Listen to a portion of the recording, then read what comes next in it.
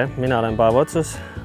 Oleme hetkel Tartumaal Aram Farming marjafarmis. Hetkel asume Vaarika tunnelis.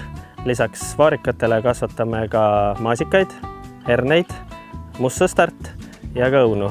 Kokku pindala on meil circa 80 hektarit, mille pealt me toodame. Aram Farmingu lugu hakkas circa 10 aastat tagasi ja see tegelikult hakkas ülikooli lõpuprojektist, kus tuli välja, et Eestis on puudu üks farm, mis võiks toota jaekaubandusele värsket marja ja seda iga ilmaga.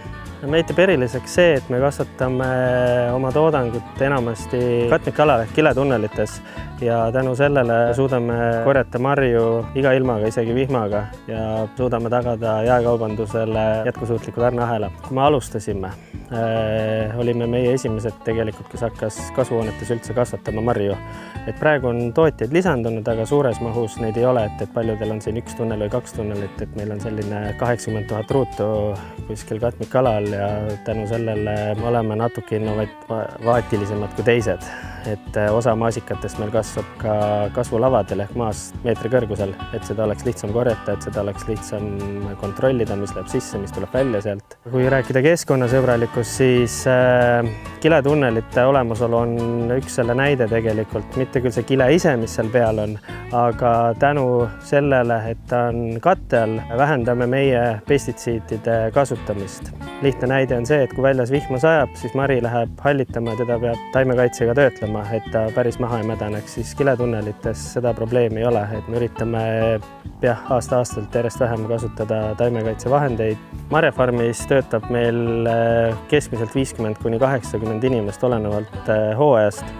Enamus tulevad siia marju korjama, aga meil on ka teised tööd, milleks on näiteks rohimine, kastmine, niitmine, kasvuhoonete ehitus, õunapuude lõikus ja palju muud sellist. Marja kasvatamise juures toob rõõmu see, et kui asjad tulevad välja, et me katsetame uusi sorte alati, teeme katsetusi mahemaasikaga, mahemustikaga ja ka vaarikaga oleme proovinud siin nüüd erinevaid sorte ja kui töö kannab vilja, siis see nagu alati toob naeratuse näole.